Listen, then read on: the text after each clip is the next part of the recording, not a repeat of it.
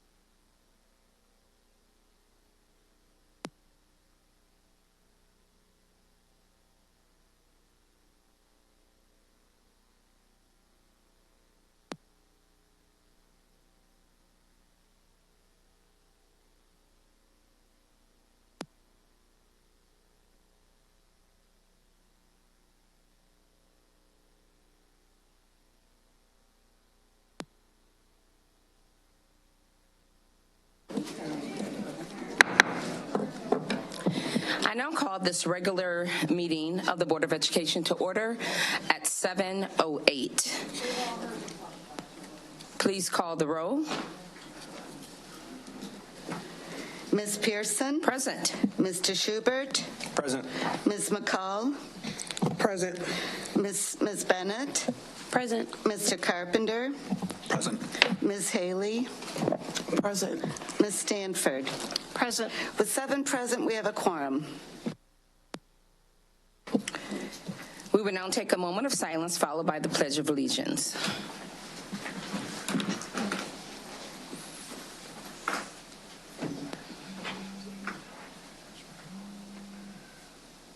I pledge allegiance to the flag of the United States of America and to the republic for which it stands, one nation, under God, indivisible, with liberty and justice for all.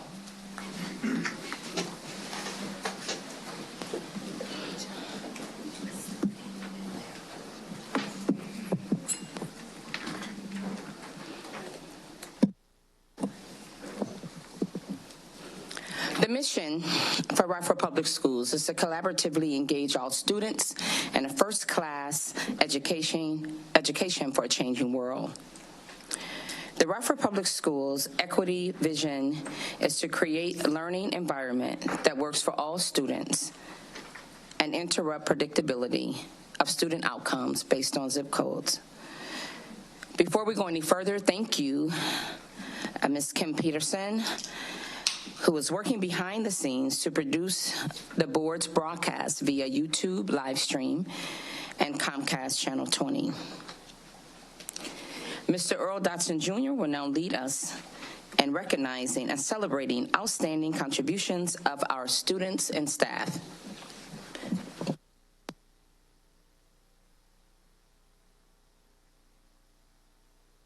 All right. Yeah, let's get hyped. It's always an honor and a pleasure and very exciting to recognize our student athletes.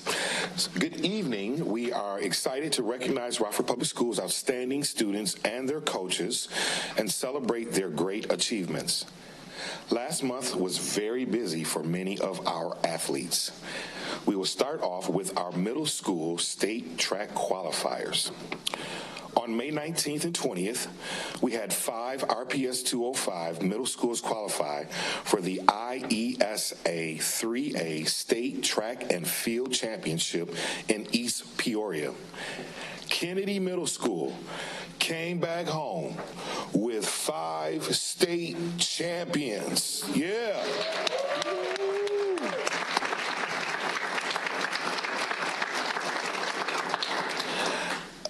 Congratulations to Jada Benford, Jamisha Brooks, Diamond Jones, Keosha Sanders, who came in first in the 4x100 meter relay. Keosha also placed first in the 200 meter dash. And Diamond is a state champ for the 100 meter hurdles. The other state qualifiers are, let's give them another round of applause. That was awesome. So our other state qualifiers are from Marshall Middle School, and as I call you, come on up. Nora Wedwick for both the 800 meter and 600 meter. Eisenhower Middle School, Kyer Johnson for the 100 meters. Allison Styball for the long jump. Demarjane Thompson, Zariah Northern, Rania Davis, and Allison Styball for the 4x100. Alexis Perez, Anthony Lapien, Dennis Mackey, and Kai Ray Johnson for the 4x200s. That's Eisenhower. For Flynn, we had for the 4x100, we had LeBron McClellan, Christian Wheeler, Adonis Pickett, Janarday Turner. For the 100 meters, we had 100 meter hurdles, we had Antoine Haley and Janarday Turner. And Kayumba Yanga, an 8th grader from RISA, qualified in both the 100 meter and 200 meter dash. Congratulations to all of our middle school athletes.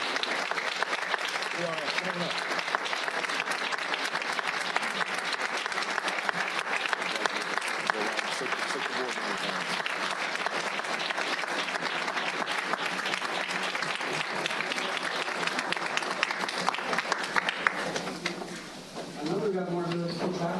Anybody else? No? My man, he represent. He got it. He holding it down.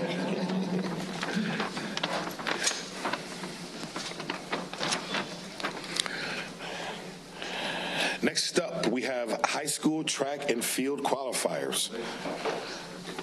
From May 19th through the 27th, we had many students from 3 of our high schools participate in the IHSA Track and Field State Championship at Eastern Illinois University.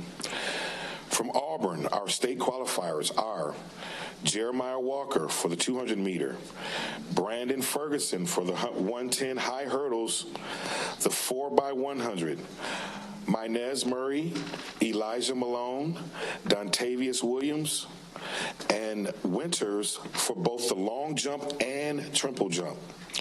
For the 4x100, we have Winters, Horton Graves, Nevaeh Termite, and Carrington Weatherly.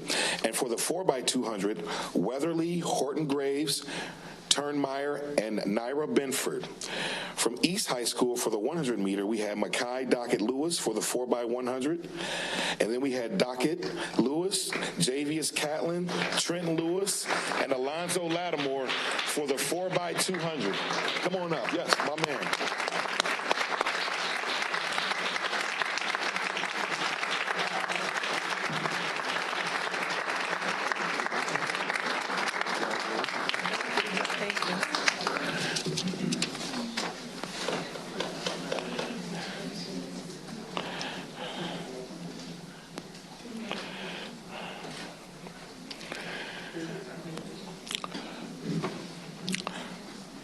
From Guilford High School,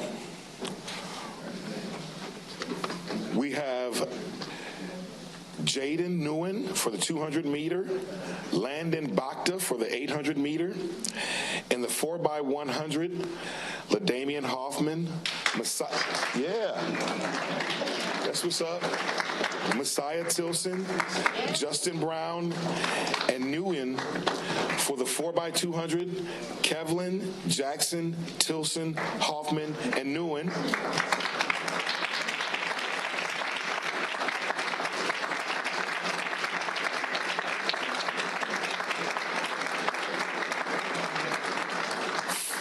For the 100 meter, we have Jolena Seitz. The 400, Lillian Jarrett. The 800, Madison Harmson. And the 100 meter high hurdles, we have Anna Jones. And for the shot put, we have Natasha Bowman and Zariah Burnett for the high jump.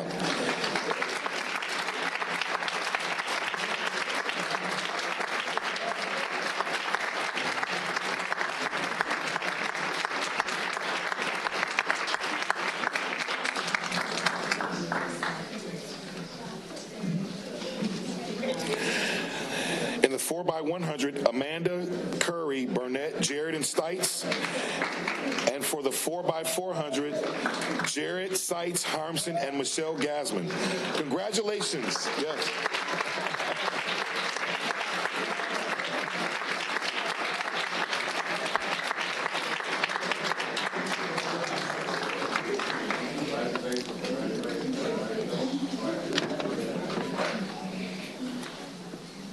Congratulations to all of our high school track and field state qualifiers, as well as their coaches, their parents. Shout out to Greg Ford, Gregory Taylor, and assistants LeVar Johnson and Billy Jackson Jr. Shout out to the coaches. Come on up, coaches. Oh, come on, man. Come on. Come on up, coaches. Coach Wilson in the house. We see you, Coach.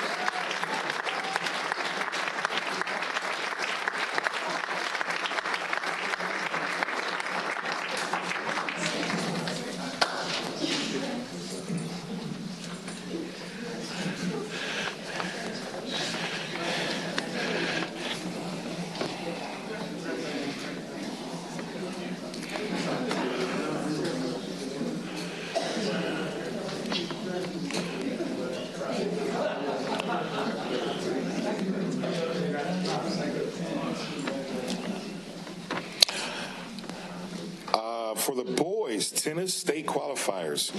The high school boys tennis state qualifier was held at Palatine High School May 25th through the 27th. Auburn High School had 3 students qualify for state. Sharank Kumar Kamaraj for singles, and both Austin Altangarel and Arman Farrakhi for doubles. Wow, that's a lot of state qualifiers. Congratulations again to all of our athletes and coaches.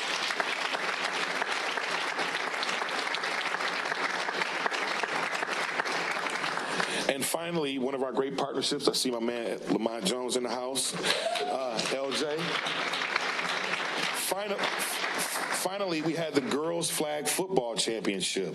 We want to mention that in the inaugural season of the Northern Illinois Girls Flag Football League, 148 girls from Auburn, East, Guilford, and Jefferson took part in this new high school sport. The Guilford Vikings finished the inaugural season as conference champions and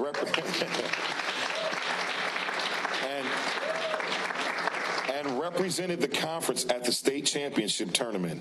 The Vikings finished 4th. Congratulations to students Maya Page and Aisha Smith, and thank you again to their coaches, Greg Taylor, Greg Ford, and LeVar Johnson. That is all. Thank you.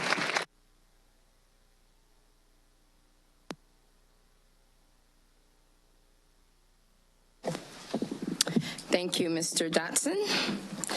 We are now at the petition and communication portion of our meeting, when we invite the public to make comments. The board will not respond to the comments at this time. If it is appropriate, you will be contacted in a timely manner by staff. Each speaker will be allowed no more than 2 minutes to address the board. It is not appropriate to address individual board members or individual administrators to discuss matters that would otherwise be confidential in such open meetings. 2 names will be called at one time: the one whose turn is to speak and the person who will speak next. When you are the second person, please come to the front and sit in a vacant chair. That way you will be able to devote the maximum amount of time to public comments. If you look to your left, you will see 2 digital clocks. One show the total time allotted to public comments, and one show the total time for each speaker. We thank you for your interest and your cooperation with these guidelines. First, we will have Mr. Ricky Naylor, followed by John Tack Bradley.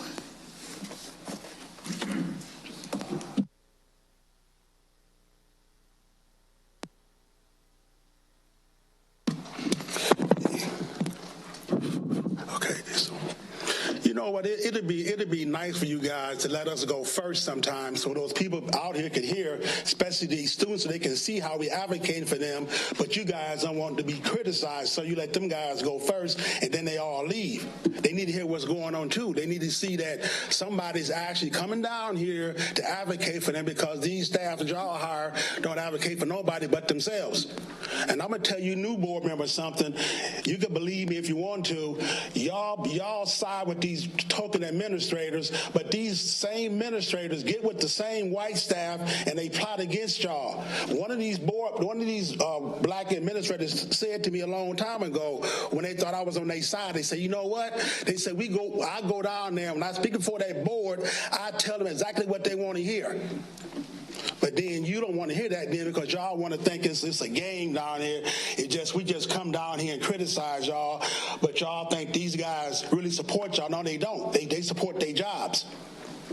Now, another thing now, in the community right now, Mr. Morgan is doing a good job out there, and I praise his name out there, because he's doing all he can to try to get these black families to sign up for these programs, instead of sitting around complaining about they can't get in these schools, and then actually get their kids tested, and then when they get an offer to accept that. You don't see none of these black administrators out there doing nothing in the way of helping at all. And this man needs some help. So over the summertime, time, hire some other different kind of black administrators to help this man out. They can go into those communities and let those families know this man here to help y'all. His staff here to help y'all.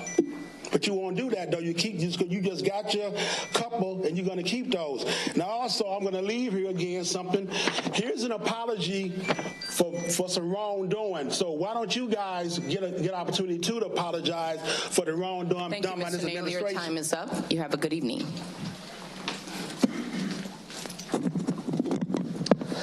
First, I want to congratulate our new president of the board. The last time we had African-American president of the board was Mike Williams. I want to thank Earl Dawson Jr. and also we had an excellent meeting last couple of months ago with had a brain freeze just that quick with Dr. Reed. We met with Pastor Hightower. We met at the Pancake House, and we discussed 4 things. We discussed the absenteeism, suspension, the bullying in school, and social promotion. Pastor Hightower is 100% behind what Renewal Turning Point is already doing. I'm blown away. Have Pastor Malone, Pastor Perry Bennett, and other pastors have met with me, and they also invited me to meet with the ministers. After meeting with the ministers, Pastor Hightower said, "Brother John, you ain't got to tell them about your background because everybody know who you is. Just go straight to the point." Well, we want to continue that with Dr. Reed. Dr. Reed one initiated that. But if each church was to take 20 of our youth, what I'm doing as we speak with 30 of our youth, and we can knock the crime rate down by 80%. I'm doing that as we speak. We took the kids to see the Little Miss Mermaid, and it was very educational. And we had one of our kids at the library say, he asked the librarian, he wished his hair was straight. He also said he wished he was white. She said, nothing wrong with the color of your skin or the content, or how you look. And so we have to be the ones to educate our youth. We can't depend on someone else to educate our youth. I ran into something that was very interesting, and that's what we just can't say putting a black person in charge is going to solve the problem. I ran into that at Lewis Lemon School with some of the school administrators and with some of the teachers. We ran into a roadblock where they tried to prevent Renewal Turning Point during our after-school program. Thank you, Mr. Brantley. Your time is up. Have a good evening. Mrs. Margot Stetman.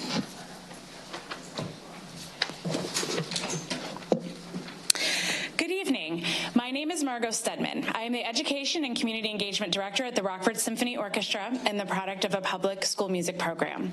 Bonnie Sperling, Director of Fine Arts, shared with me that she'll be retiring at the end of this month. I wanted to celebrate the partnership the RSO has had with RPS during her tenure and urge you to continue to support music education with the level of passion that Bonnie has brought to the district. During my 9 years of working with Bonnie, we have been able to impact thousands of students through initiatives such as the Band Grandpa program, the Instrument Donation Program, Instrument Petting Zoos, Instrument Introduction Event, and All City Music Festival support, among many others. Why is this all important? What does a strong music education program do for the students in our region? In the short term, music education helps us fill the learning gaps we are still reeling from with the interruption caused by COVID. When students are learning to count rhythms, they are doing math. Different note values are fractions of other notes and must be added up to equal the right number of beats in a measure. When students read music, they are reading from left to right, the same as words. Students who may not feel academically successful in a traditional sense are gaining the academic skills they need in a fun and safe environment when they are involved with music. Studies show music helps us connect the two spheres of our brain and increases memory retention. You may not remember a slew of facts, but you remember the lyrics to a song. In the long term, we are building the citizens that we want for our future. Performing at an ensemble requires intense listening to those around us, instills a sense of self-confidence, and requires time management. In our recent RSO audience survey, over 77% of our audience said they played an instrument or sang in a choir as a youth, and over 71% of our audience reported having a bachelor's degree or higher. Music programs suffered heavily during the pandemic. As we are still rebuilding them, now is the time to invest even more in music education to continue to provide a way for often overlooked students to belong and succeed. Thank you. Thank you. And thank Thank you to all of the community members that are present.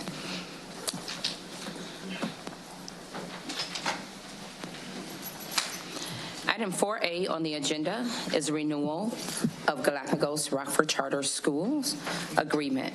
May I have a motion and a second to approve this item? So moved. Second. Is there any discussion? Please call the roll. Ms. Pearson, Yes. Mr. Schubert, Yes. Ms. McCall, Yes. Ms. Bennett, Yes. Mr. Carpenter, Yes. Ms. Haley, Yes. Ms. Stanford. Yes. The motion passes unanimously. Is there any discussion?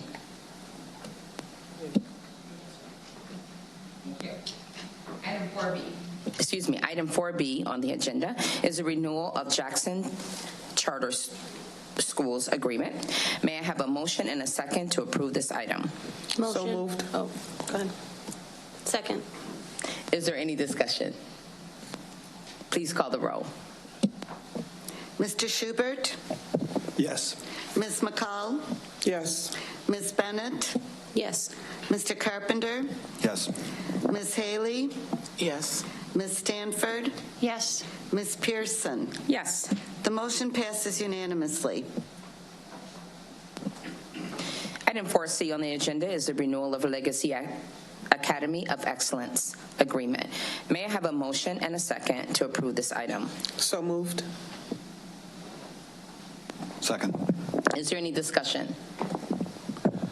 Mr. Carpenter? Thank you. I did have one question on this. I think I was thinking last time when Dr. Wolf was going through these agreements that the agreement with Legacy had not been finalized at our last meeting, and so I just wanted to see how that got to be completed. We did end up reaching agreement with Legacy, so. I gathered since it was on the agenda for approval, but is there anything noteworthy about that agreement that we should know about? No, they pretty much mirror one another. It's for a 3-year term, and they also mirror Dr. Jarrett's goals. So, thank you. Please call the roll. Ms. McCall, Yes. Ms. Bennett, Yes. Mr. Carpenter, Yes. Ms. Haley, Yes. Ms. Stanford, Yes. Ms. Pearson, Yes.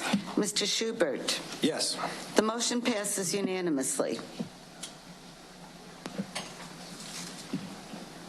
Item 5A on the agenda is the option to lease property to Forefront Power for community solar. May I have a motion and a second to approve this item? So moved. Second. Is there any discussion? Please call the roll. Ms. Bennett, Yes. Mr. Carpenter, Yes. Ms. Haley, Yes. Ms. Stanford, Yes. Ms. Pearson, Yes. Mr. Schubert, Yes. Ms. McCall. Yes. The motion passes unanimously. Item 5B on the agenda is the Evolved Weapon Detection System. May I have a motion and a second to approve this item? So moved. Second. Is there any discussion? Mr. Carpenter? Thank you. I did have an opportunity to meet with Mr. Barthel this week to get some more information about the program, which I appreciated his time in doing that. And I don't know if anybody else took that opportunity. I had some questions myself, and I was just wondering if anybody else had questions that got answered that might be helpful to our decision. But also,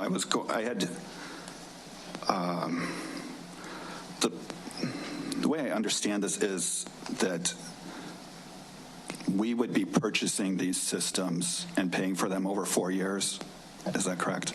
This is essentially a 4-year lease. So the first year would be the installation and the maintenance and support that comes with that. The next 3 would just be that maintenance and support. At the end of those 4 years, what happens is if they are end of life cycle, they would ultimately be replaced if we determine to move forward with another 4 years. Okay.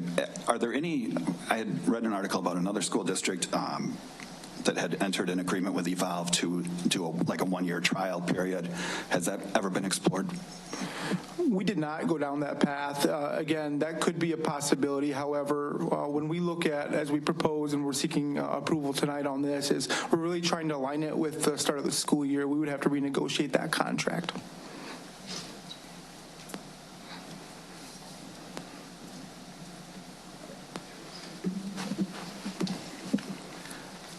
I also just wanted to add that I think that the summary indicates that this is cost neutral, and while I understand that you found savings in some technology contracts, I believe, I mean, those savings would exist whether we entered into the contract with Evolve or not, right? That is correct. One of the things we really worked on in general, though, as we looked at investing new dollars into security, after our security audit, we looked across the board. So again, those dollars would have been something that we would have found anyway as we worked forward. However, we were very intentional in making sure that we were finding those dollars to support our security initiatives going forward.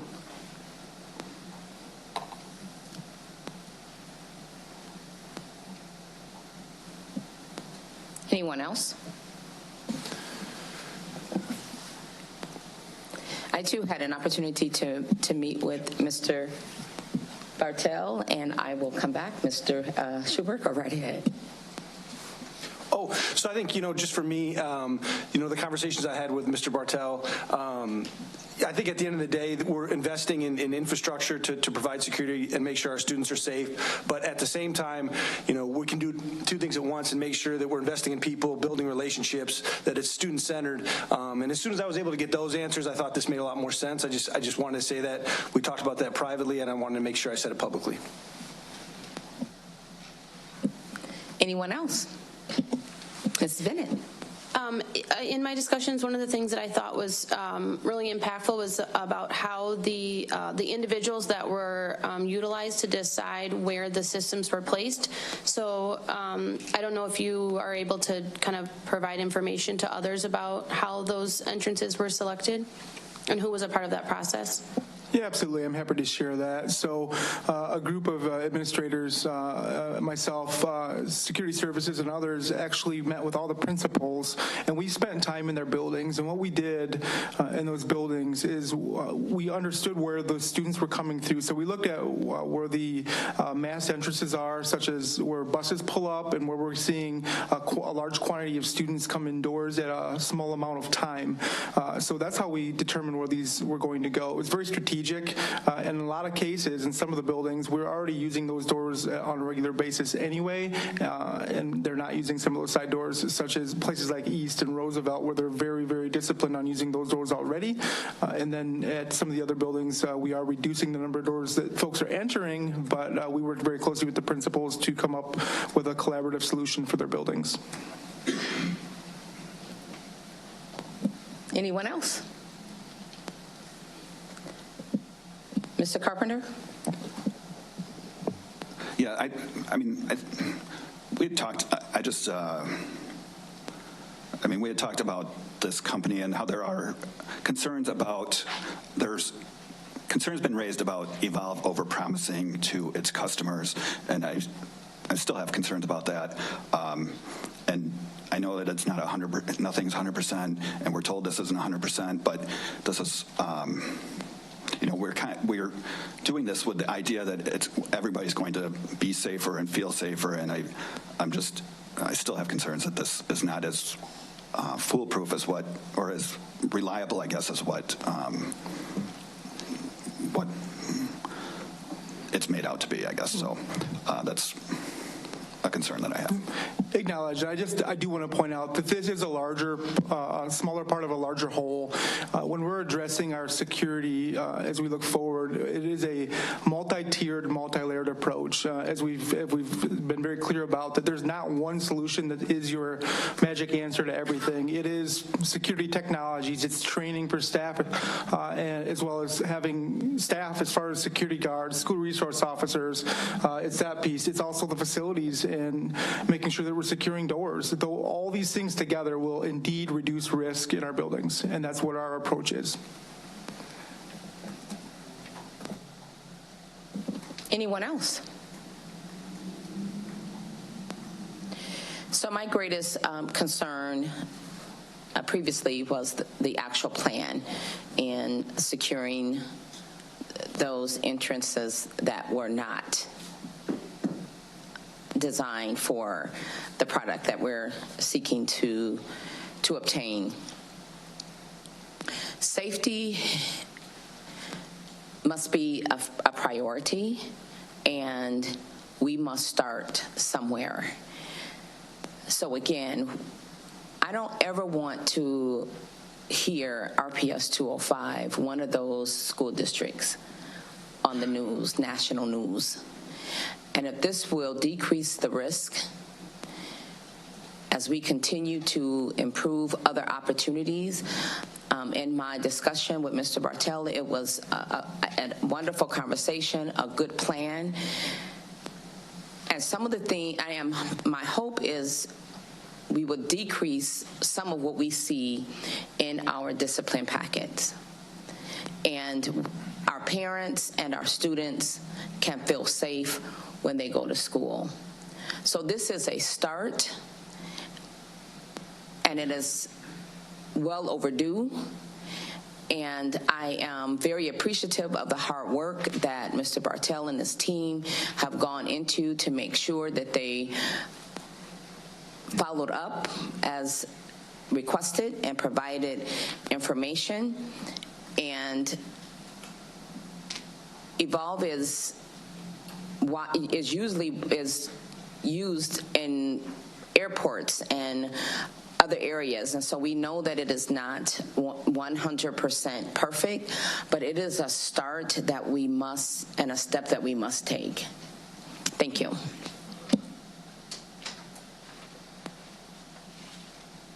Anyone else? Please take the roll. Oh, excuse me. I'm sorry. Mr. Carpenter. Thank you. If this is approved, I guess what I would ask is going forward to have some data kept about the numbers of weapons that are found in the school after this is put in place. I think President Pearson mentioned that we do have a lot of weapons discipline cases, including weapons at the high schools that these are would be deployed at, and I would like to see some data to see what effect this would have on that after it's put in place. If that's going to be, do you think that would be possible? Yeah, so I know Ms. Lawrence and her team keeps those that documentation and those statistics, so that'd be something we'd be happy to provide. Thank you. And I'm pro safety in schools. My son was at East that day in April when the police came, so it's not something that I take lightly at all, of course. But my concern is this program, there's stories about it failing to detect 50% of knives, that it's not, like I said, that it's over-promising things, and that's why I kind of would like to see a shorter period, a trial period perhaps, but I guess that's not possible at this point. Thank you. One thing that we also need to keep in mind, that because we have the detectors coming in does not mean that other measures in terms of keeping our students safe will not be in place. So this is just one added component of reassurance for safety. Any other comments or questions? Mrs. Bennett? It's my understanding that the first one would be installed here in the boardroom. So is that correct? what we had discussed, because we'll be getting all the units at once, we would potentially place one in here for training for our staff while the others are deployed in the buildings. So it would be here maybe for a couple of weeks as we were completing the projects in all the other buildings. So that was something we discussed from a training perspective. So Mr. Deal could have a centralized location to have his staff to do that training. So if any board members wanted to be able to see the system, interact with it, observe it, look at it, that would be an opportunity they would be notified of to do so, correct? Yeah, we'd be happy to do that.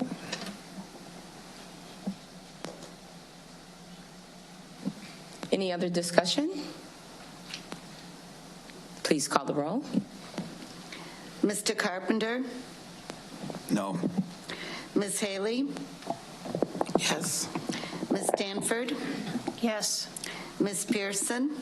Yes? Mr. Schubert? Yes. Ms. McCall? Yes. Ms. Bennett? Yes. The motion passes with 6 yeses and 1 no. Item 5C on the agenda, the builder's risk insurance coverage. May I have a motion and a second to approve this item? So moved. Second. Is there any discussion? Please call the roll. Ms. Haley? Yes. Ms. Stanford? Yes. Ms. Pearson? Yes? Mr. Schubert? Yes. Ms. McCall? Yes. Ms. Bennett? Yes. Mr. Carpenter? Yes. The motion passes unanimously. Item 5D on the agenda is the purchase of Rock Valley College Career Education Center on Samuelson Road. May I have a motion and a second to approve this item? So moved. Second. Is there any discussion?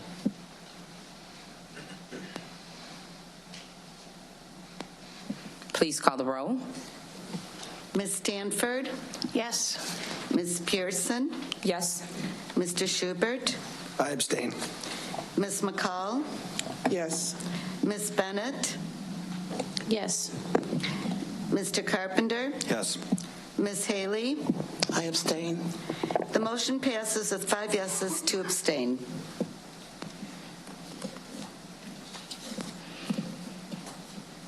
Item 6A is Board Policy 6.300, graduation requirements. May I have a motion and a second to approve this item? So moved. Second. Is there any discussion? Yes. Looking through this, I just want a little bit more clarity on the arts, music, world language pathway. It was initially 1 year, 2 credits. Now it's 3 years, 6 credits. And I just wanted a little bit of clarification there. Sure. Beginning in 2028, students in the state of Illinois will be required to take 2 years of world languages. So we're including in one bucket our pathways, our fine arts, and our world languages in anticipation of that. And in 2028, our requirements will be just a little bit stricter, but we won't have to change our policy again.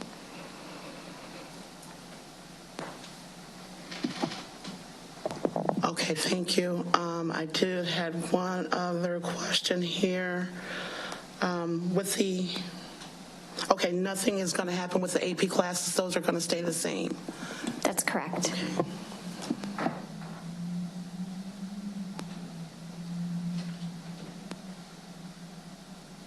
And the only other difference between the 48 credits, which were originally required, now it's 45. That was the physical education that changed? That's correct. We reduced PE and then increased the fine arts, world language, and pathways bucket by 2. So the net result is a reduction in our overall requirements by 3.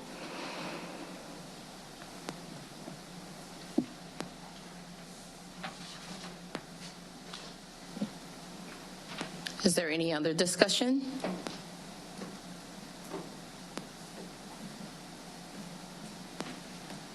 Please call the roll. Ms. Pearson?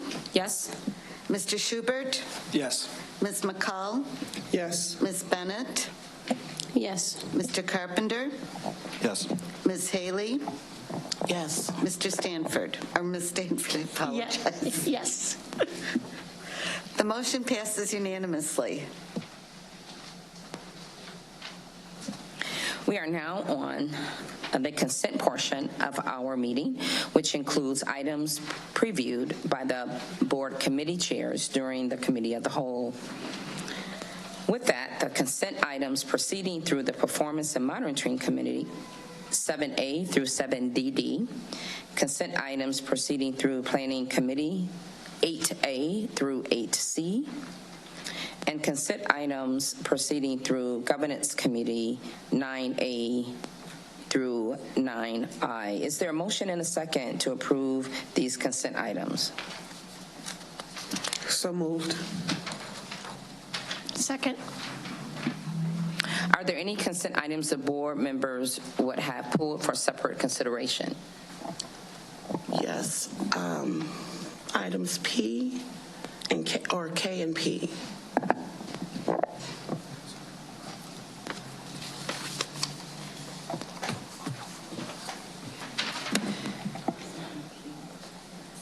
Items. Thank you.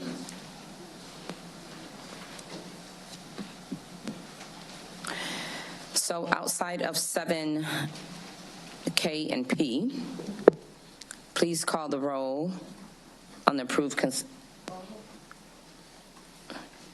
that's not. No, I'm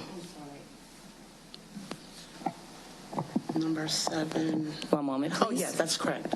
That's correct.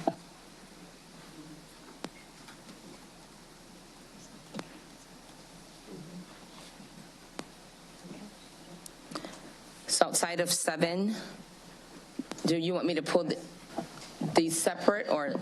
Actually, they're together. Okay, thank you. So my original question was regarding. One moment. Okay. One moment, please. We're going to come back to that. Please call the roll on the items outside of 7K and P. Mr. Schubert? Yes. Ms. McCall? Yes. Ms. Bennett? Yes. Mr. Carpenter? Yes. Ms. Haley? Yes. Ms. Stanford? Yes. Ms. Pearson? Yes. The motion passes unanimously.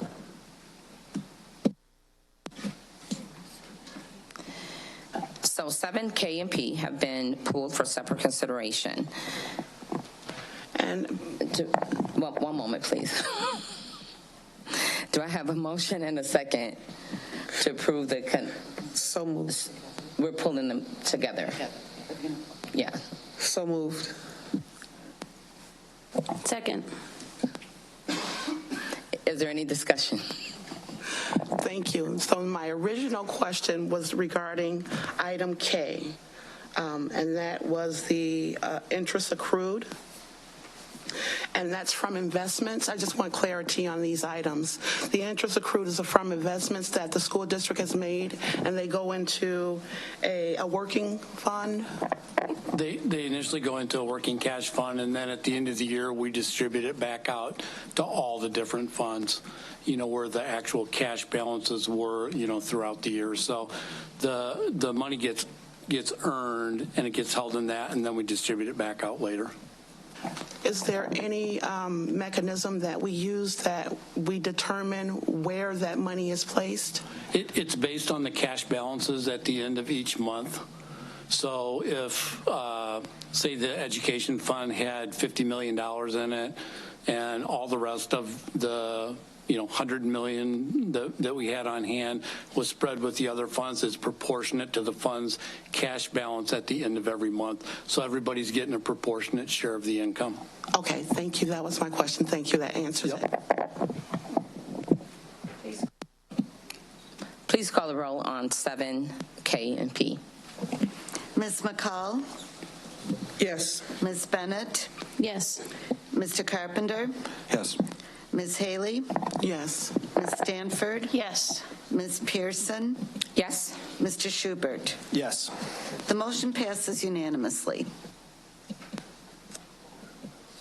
We are now on at the closed session consent agenda, including 8A, salary adjustment for assistant principal Sean Norton. And before I go any further, I do apologize if any names are mispronounced. 8B, appointment of Kathleen Carroll as 10-month middle school assistant principal assigned to Kennedy.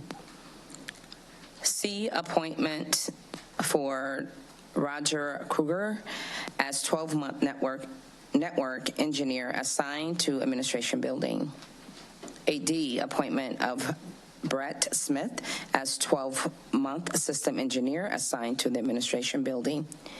8E, appointment of Jafar Zinks as 12-month secondary special program assigned to West Middle School and Auburn High School. 8F, appointment of Sonia O'Feeling as 12-month Dean of Multi-Tier Systems of Support assigned to the administration building. 8G, appointment of Sarah McCusker as 12-month Dean of Multi-Tiered System Support assigned to the administration building. 8H, residency dispute. 8I, HR report and addendum.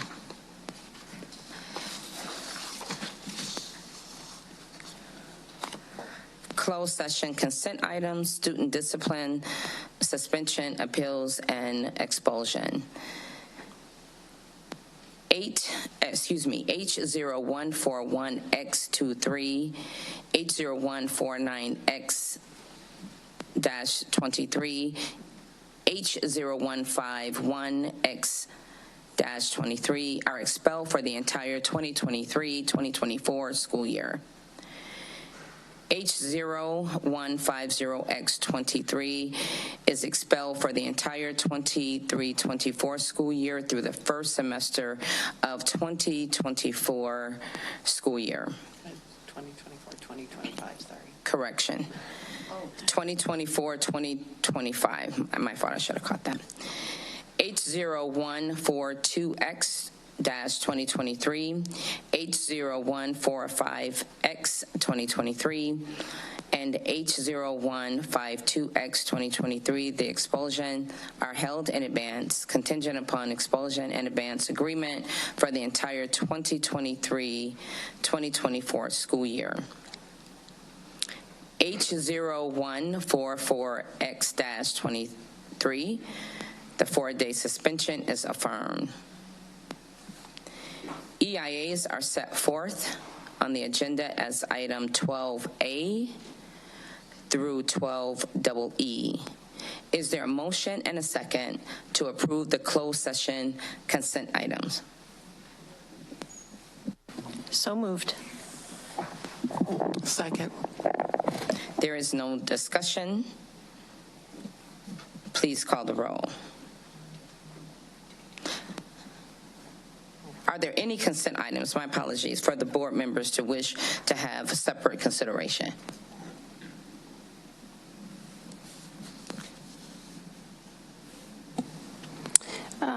For 12G.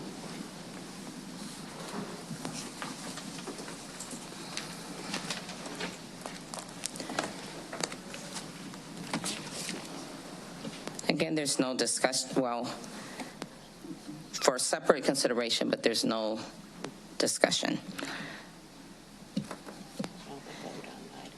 May I please have the roll for items not pulled? Ms. Bennett? Yes. Mr. Carpenter? Yes. Ms. Haley? Yes. Ms. Stanford? Yes. Ms. Pearson? Yes. Mr. Schubert? Yes. Ms. McCall? Yes. The motion passes unanimously. Session consent item 12G has been pulled for separate consideration. Do we have a motion and a second to approve this consent item? So moved. Second.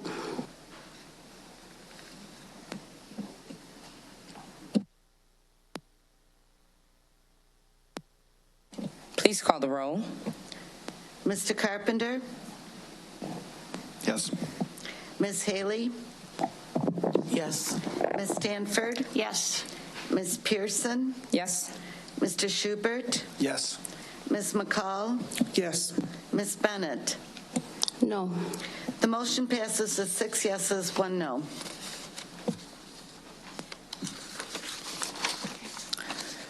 The next item on the agenda is Superintendent Dr. Jarrett's report. Thank you very much, Board President Pearson. I'm going to be deferring my comments to an outside presentation from K-12 Insight. What K-12 Insight is going to be sharing tonight are the results of our employee engagement survey as well as our family engagement survey. We very much value the impact of our employees as well as our families. They're two very key stakeholders. This is a process we've been committed to for a number of years. I'm going to turn it over to Dr. Story to share what those results revealed on a high level, and of course we'll certainly be happy to entertain any discussion moving forward.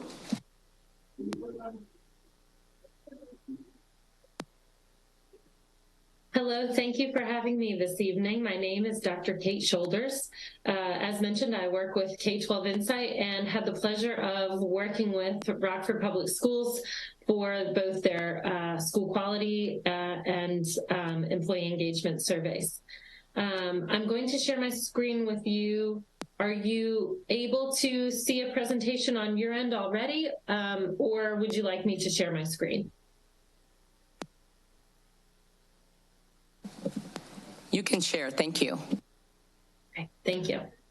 If you wouldn't mind enabling sharing for me, I will go ahead.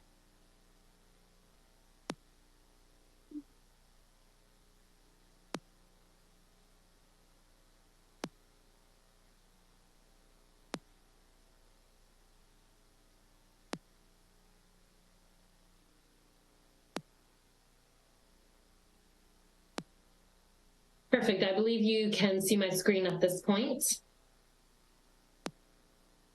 Yes, thank you. As mentioned, I'll be sharing both the high-level results of the school quality for parents and guardians survey and the employee engagement survey. Let me get to where I can. There we go. So I'm going to just talk overall the designs of the two studies and then discuss participation for both studies and then go into the high-level details of the findings for each. The school quality survey for parents and guardians had a goal of describing those participants' perceptions about both their school and the district regarding academic support, student support, school leadership, family involvement, and safety and behavior. Similarly, but operated in a bit of a different fashion, the employee engagement survey had the goals of measuring the level of engagement of Rockford Public Schools employees, classifying those employees based on their engagement as highly engaged or less engaged, and then lastly, identifying both areas of celebration and areas where employee engagement could be improved. For participation this year, I will be comparing the results to the former administrations over the past few years. So I wanted you to also be able to see the comparison of total responses for each. And I'll let you know, for parents and guardians, this is actually kind of higher than what we've seen across the nation as far as participation from parents and guardians. We have across all stakeholder groups, across all districts throughout the nation, seen a slight decline in participation in surveys over the past year. And so to see an increase, and you'll notice there was an increase in invitations delivered, but then we also had that increase in total responses for the school quality for parents and guardians. That increase is impressive to see. Employee engagement, what we see here is a typical response rate for response rate trends for this year. So just a slight decline from previous years. And again, that's what we're seeing across the nation. So that's very much in line with what we're seeing. First, we'll touch on the school quality for parents and guardians. And again, just the high level findings.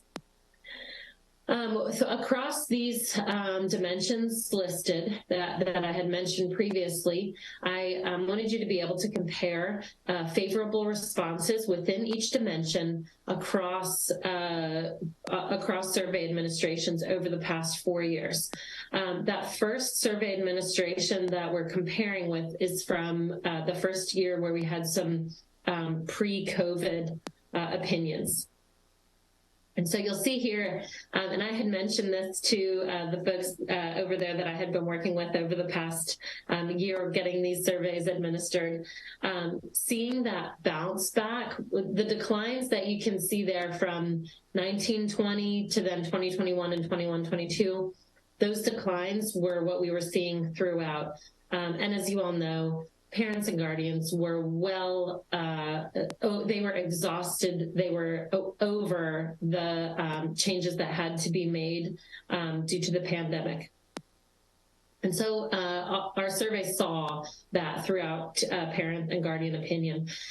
What we have not seen across the nation thus far, and it's been just a couple of districts where I've seen this, that uptick starting and that trend kind of turning back around. So to see the district bounce back with what they're able to provide for their families and their stakeholders, to shift those parent and guardian opinions so quickly back to pre-COVID, and you can see there, for example, family involvement higher than pre-COVID rates as far as favorable responses. That's really excellent to see. So again, a major point of celebration for the district. One question that we find to be kind of very important as far as how parents are rating their overall school, we ask, how would you rate the overall quality of your child's school? So without getting into the weeds as far as why they answer a specific way, this one question gives a great opportunity for you to take a quick pulse on how your parents and guardians are feeling about the school itself. And we can see here, again, we've got that increase in the percentage of parents from not just last year, but from every year for the past 4 years. We've got the highest percentage of parents and guardians selecting excellent for their child's school. So again, major point of celebration. Across the nation, we're still seeing this have kind of a slower uptick and trend back to pre-COVID rates. And here, we've surpassed that this year. So again, excellent to see. Next, I'm going to display for you the highest ranking items. Those are the items where parents and guardians have the highest percentage of respondents responding favorably. So strongly agree or agree. We can see that 3 are within the family involvement dimension. Again, as schools and districts are able to get families back into their schools after the pandemic, we can see that the district has done an excellent job of doing so and of informing parents and letting them know on how they can get involved. And then again, 1 in student support and 1 in academic support. So again, excellent to see. Moving on to the lowest ranking indicators, these are offer some opportunities for areas of focus. If you can compare these with other items, other data that you've collected, for example, within components of an action plan, a strategic agenda, to see how these may inform some of what you may already be doing. We can see 2 are within academic support, 2 within safety and behavior, and then 1 within family involvement. Across the nation, we're seeing academic support, student support, and safety and behavior being the 3 areas wherein parents and guardians have the greatest concern. And so seeing those is not surprising. But again, you can see, and I'll mention that when I am working with districts across the nation, oftentimes those percentages, as far as highest percentage of unfavorable responses, oftentimes they can be in the 20%, 30%. So seeing the lowest ranking indicators still under 20%, it again displays areas of improvement, areas for some opportunity, but it's a pretty narrow window there. So again, excellent to see for the district. Lastly, for the school quality survey for parents and guardians, I'd like to display for you the data on Net Promoter Score. The Net Promoter Score is a one question asked to participants, asking, you can see it right there, how likely are you to recommend your child's school to a family member or friend? Responses, and it's on a scale from 1 to 10, responses from 0 to 6 are people who are actively speaking against your district. They are not satisfied and they are telling people about it. Respondents responding between a 7 and an 8 are happy, but they're not talking about it. They're quiet, but satisfied. Your promoters are the people who respond with a 9 or a 10, and they are actively promoting your district. They're telling their friends and family how impressed they are, how pleased they are with their child's educational experience. The Net Promoter Score comes from taking your detractors and subtracting them from your promoters. Any score above a 0 means that you have more people recommending your school or district than you do speaking out against. So anything over a 0 is considered favorable. We can see here, we've got a school-based Net Promoter Score. So again, how likely are you to recommend your child's school to a family member or friend? At a 37.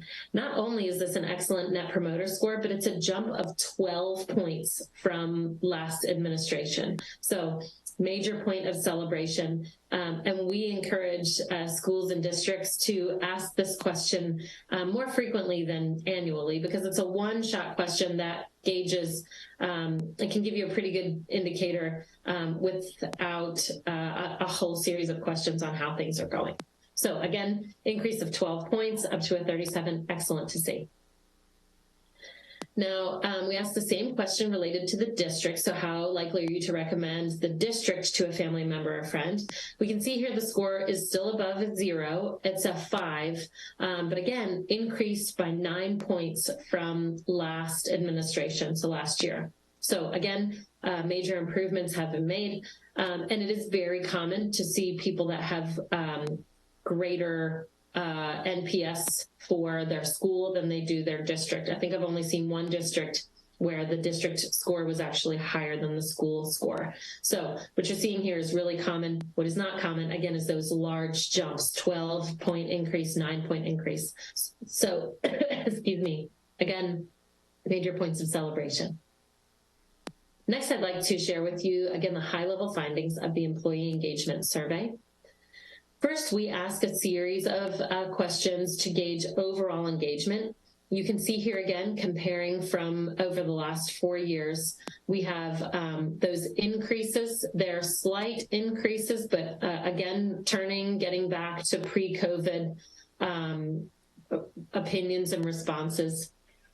93% indicated by strongly agreeing or agreeing that they're engaged in their work. 91% indicate their work is interesting. So these are really excellent to see. We can see here similar patterns. 57% would feel comfortable referring a good friend to work for Rockford Public Schools. And none of these declined. No percentage of favorable responses declined from last year. So at least holding strong or making improvements. So again, excellent to see. We ask, based on those questions of overall engagement, we calculate whether the employee is highly engaged, engaged, or less engaged. And so we can see here the percentages of each of those, and that while the percentage of employees that were less engaged declined slightly, the percentage of those that were highly engaged increased from last year to this year. So making strides in the right direction. Then I'd like to point out the focus areas. There are two main areas on which I'd like to share with you today. We had 37 items. These are considered drivers that those scores are compared to that overall engagement score. And then by correlating those items, we have groups of items that are highly correlated to overall engagement or less correlated to overall engagement. And so if you're examining the drivers, you can identify statements that are both highly correlated and have high mean scores, meaning employees feel great about these and that's a contributor to their high level of engagement. Or you have those that are highly correlated to engagement, but they have lower mean scores, meaning if you improve these items, they're going to make a big impact on employee engagement. So really within there, we're showing you areas about which the districts should celebrate, and areas over which the district can focus or consider opportunities for improvement to have the greatest kind of bang for your buck, if you will, on employee engagement. So again, first, those points of celebration. This is unique to see. Again, we had those specific dimensions on which we were asking questions. Every survey item that was considered a point of celebration, again, meaning highly correlated with employee engagement and had a high mean score from employees, came from school and department leadership. So again, you can see those items. My principal or direct supervisor implements policies fairly. They communicate effectively. Their actions are consistent with their words. They promote a positive work culture. They trust their administrator to make good decisions. They count on their support when addressing problems or issues, and they communicate their expectations of job performance. Again, all of these highly correlated with engagement, and employees have high favorable scores. Moving on to opportunities for areas of focus in the future. Again, these are items that are highly correlated to engagement, but had lower average scores. So making shifts in these in employees' perceptions regarding these items will have a greater impact or stronger impact on employee engagement. Again, you can see here, all of the statements, with the exception of one, came from the district leadership dimension. So district leaders clearly explain reasons behind their decisions. They understand individual employees' professional needs, actions are consistent with words, promote a positive work culture, and encourage employees to share ideas. Making shifts here, if you have areas in your action plan or strategic plan where these aspects could have some action taken to where they can have employee opinion shifted, you'll see that employee engagement score also increased quite a bit. Lastly, the employees noted they had that lower than average driver rating on the district recognizing employees for high quality work and their accomplishments. We're seeing that also across the nation as far as feedback and recognition, where it's an area where employees want to see more done. Some additional questions were asked to employees, so we wanted to share those results with you as well. First, you can see that 64% of the employees that responded indicated that from last year's survey administration, their principal or direct supervisor shared the results of the survey with them. And then 49%, so just under half, indicated that their supervisor made changes based on the employee engagement survey. But you can see here that there was a high level in each of those of participants who responded that they did not know. And so you can see there very small percentages of employees indicated no to both of those questions. Lastly, NPS for employees for both the school and then the district. We can see that we're just under the 0 mark, and it was a decrease in 10 points for the Net Promoter Score by school. And so there's some opportunity here, and again, focusing on those areas for increasing employee engagement could shift some of these. Next, for districts. The negative 32 is difficult to see, especially when parents and guardians had such high NPS scores for the schools and district. But I want to point out, and this is a major point of celebration to be considered when viewing the score. This is an increase of 14 points from last survey administration. So again, something to take into consideration when viewing that negative 32. It's definitely on the right trend.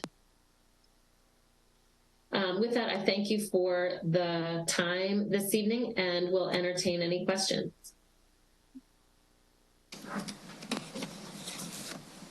Board members have any questions?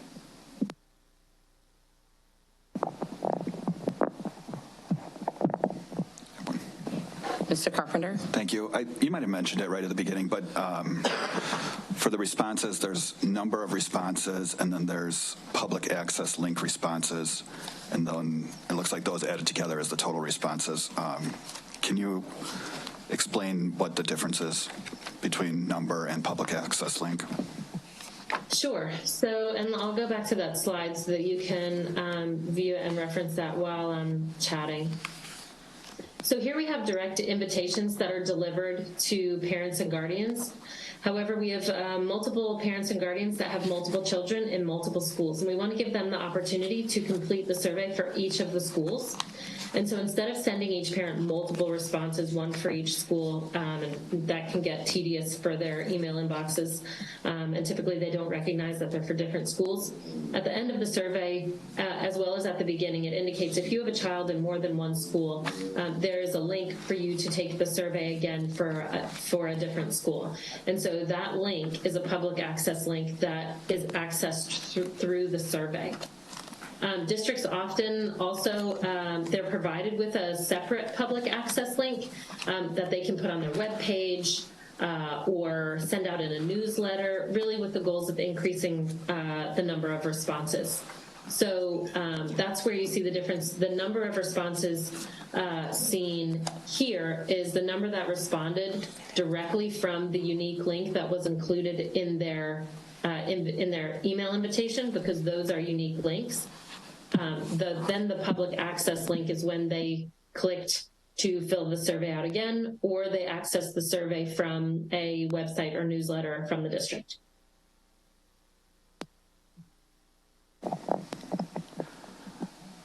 And can I just follow up on that? Yes.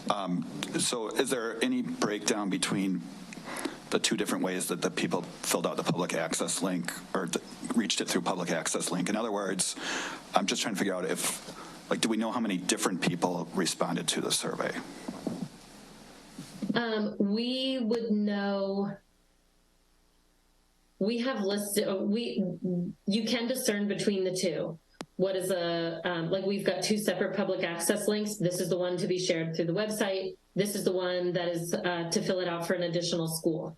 So we do have a data that we shared with the district breaking it down by whether or not these responses, this is the number of responses by the additional site, which would indicate that that is not a unique response because they had filled it out at least once previously. And then the public access link on site that we shared with the district to be kind of mass shared. What we don't know is if someone, for example, filled it out once with their invitation and then remembered later, oh, I have another school, and access it through the webpage. So we would not know if they were the same person filling it out that way. Thank you, that makes sense. I will follow up with the natural next question regarding ballot stuffing. We never have problems with people having interest in filling out a lengthy, detailed survey like this multiple times in a malicious way. Anyone else?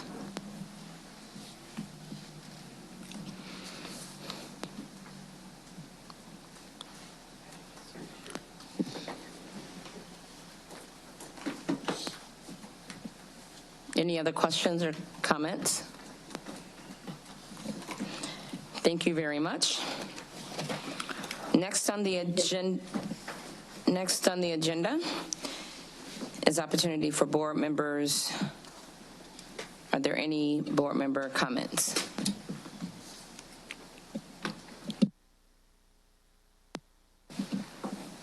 So I want to recognize the Van Fleet Family Foundation for their efforts where it relates to community engagement over this past weekend. And Mr. Fred Van Vliet himself was very engaged with our youth, and they were really excited, and they are definitely making an impact in our community. So I wanted to acknowledge them. Also, Rockford Park District, YMCA, an uprising group 815 Alive are doing some amazing things with our youth, and we know that if we didn't have organizations that engaged our youth would definitely engage themselves in other not so positive activities. So I definitely appreciate their efforts. I had an opportunity to have conversations with teachers outside of Illinois and African-American teachers. And just having a conversation, check out RPS 205, and you never know, you may want to relocate. So in their efforts of checking out RPS 205, they watched some YouTube videos. So their next question is, why would I come to a district if they're described as racist and white supremacy? So on one hand, we hear we need more black teachers. On the other hand, perhaps unknowingly, some are saying don't come, without saying don't come to our district because this is what is going on. So we just a note of caution, and I'm not on any means telling anyone how to speak publicly. Just be mindful that as the district hear you and working aggressively to make this happen, we want to be successful in our efforts. And in doing so, we need to reconsider how we describe our district if we want to make it attractive. Lastly, I noticed that we did indicate include equity as a part of the outline for our agenda, and I just want to make this statement. So, first of all, let me make it very clear that equity is not about race. It is about need. So we need to keep that in mind. And when you separate, if we haven't grown to a place that we can include equity in our mission, then we need to do inventory on equality. Because when you have really dealt with equality, equity is not so difficult to digest. So an example of equality, and this is something that I aforementioned, so many organizations have that statement, equal opportunity employer. So what does that really mean for employees or applicants? What does that really mean? And I just ask the district to give consideration to that. So if we don't have some form of continuing education for individuals, our internal candidates have a very slim chance of being qualified to promote or to even transfer. So we want to keep that in mind where it relates to being an equal opportunity employer, and as we merge equity. So I'm really interested at some point to hear the board's intake, and we don't have to address this tonight. I'm just making a statement on equity itself, because at some point we really need to visit merging equity in our mission statement, because our mission statement make a statement on where we stand for education for all. Thank you. Mrs. McCall. Thank you, Madam President. First, I just want to congratulate the staff and administration for a successful previous school year that we just left. And I wanted to remind, the board and the administration, teachers, everybody, we are our own biggest cheerleaders. So there's a saying out there, if you don't toot your own horn, it don't get tooted. So I just would like to say, we have in response to or in comment regarding, you having outsiders, checking up on us and going finding negative things on YouTube. We can combat that by, promoting all of the great things that RPS 205 has accomplished. We create our own narrative. I'll say that again. So, Mr. Dotson and your team, I'm sure you guys are doing an outstanding job in trying to help, promote our narrative. But, we might have to do a couple of checks every now and then to make sure, that it's at the bottom. Don't got to pop up all the way at the top. Make them do a lot of searching. Other than that, just thank everybody for all of your service, and that's it. That's my comments for tonight. Thank you. Anyone else? If there's no further comments, I will take a motion and a second to adjourn. So move. Second.